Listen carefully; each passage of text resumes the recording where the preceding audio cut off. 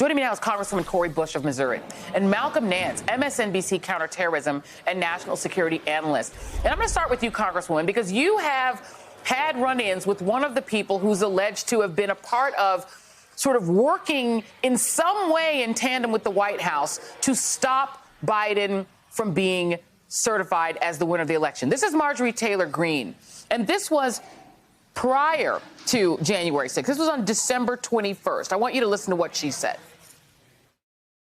Just finished with our meetings here at the White House this afternoon. We had a great planning session for our January 6th objection.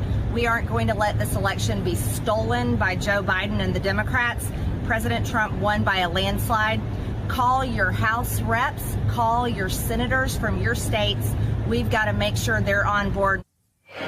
Make sure they're on board. We don't know what that means.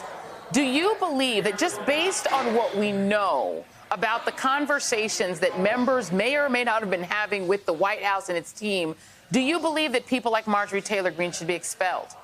Absolutely. Absolutely. She should be expelled, and anyone else, any other Congress member, especially in the House. You know, the day of the insurrection, sitting barricaded in my office with my team, we put together a bill, HRS 25, to investigate and expel those members of Congress who participated in any way to overturn the election results, and then also the actual insurrection. The fact that we have people like Josh Hawley, the senator from my state who represents my district, to put his fist up to those folks. They weren't protesters. Those folks were insurrectionists. When we talk about people that I have to see her, that Congresswoman, as well as other Congress members. Every single time I'm in these halls of Congress, I see them. They have the same authority, the same type of jurisdiction, the same vote, the same power of the pen and the purse that I have, and so many others that had nothing to do with this, that believe in democracy. We have the same authority. And so, no, they need to be investigated. They need to be expelled. And whatever else should happen to them, I'm all for it, because they put the lives of people in danger, and they decided that this is something that they should do with the power of the White House. You know, and Malcolm, what's clear here is that all of this stems from Donald Trump's determination to stay in power regardless of how the vote went. That's his authoritarian impulse. But he's created sort of a cult of personality around that belief that he seems to have, or the hope that he seems to have. Here's Ali Alexander. Now, he made this video. He later deleted it. He's one of the planners of this violent insurrection, had some very violent associations. Here he is, and this is before the January 6th attack, talking about who he was working with. I was the person who came up with the January 6th idea with Congressman Gosar, Congressman Mo Brooks, and then Congressman Andy Biggs. We four schemed up of putting maximum pressure on Congress while they were voting so that who we couldn't lobby, we could change the hearts and the minds of Republicans who were in that body hearing our loud war from outside. There's nothing wrong with lobbying your member of Congress, but you had Paul Gosar tweeting on January 6th at Ali and tagging him. Biden should concede. I want his concession on my desk tomorrow morning.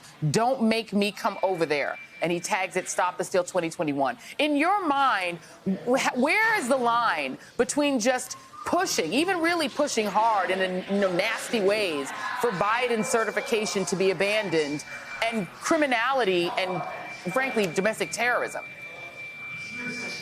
You know, I've been studying extensively all of the tactical activities and how all these small groups, the Oath Keepers, the 3%ers, the Proud Boys, they were coordinating extensively throughout November and into December to bring all of their forces into the Capitol.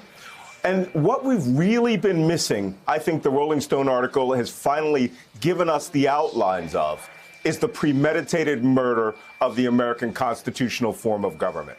We have an actual command cell, a leadership organization that was reaching down, organizing people from the ground up with the sole intent of carrying out what could clearly now be considered a coup d'etat. They intended to overthrow the government. Look, there wasn't Paul Gosar and the rest weren't talking about, Ali Alexander weren't talking about just influencing people. They meant influencing them, intimidating them with the threat of violence or death in order to overthrow the constitutional order. One thing we should note is that there is a big gap between the Ali Alexanders and Donald Trump and the people who were in the command center over at the Willard Hotel. There has to be an independent counsel for this. This is way beyond the 1-6 commission. We are talking about people that literally planned to destroy American democracy with an organized effort that, as you saw, led to people threatening to kill the vice president of the United States. I mean, because normally, Congresswoman, if you're talking about call your Congressperson, you see people like Indivisible saying, call your member of Congress. You don't normally add storm the barricades of the Congress, go in with, implements that could hurt them, with zip ties to do citizens arrest, break into Congress and make threats. The Washington Post does talk about this Willard Hotel war room, and it had everyone from Rudy Giuliani to John Eastman, who wrote that memo, sort of the how-to memo of how to overthrow the election, Steve Bannon, John Eastman, et cetera. We know the January 6th committee has called the Willard Hotel meetings the reason they want Bannon subpoenaed. They want Ali Alexander's testimony as well. At this point, do you view what happened on January 6th as a conspiracy that involved the White House and members of Congress, or one that they took advantage of? Which do you think that it is? You know what? At this point, I can't tell, but but what we saw was willful participation. I remember sitting in the gallery just before those doors were breached and listening to my colleague on the House floor talk about, those are my people outside. Those are the people that I represent, and they deserve respect. I'm listening to that. And the fact that Section 3 of the 14th Amendment says that no person who works in rebellion to the United States should hold the office of senator, representative, or president. So they should not be here because they actively, willingly participated in whatever capacity they did.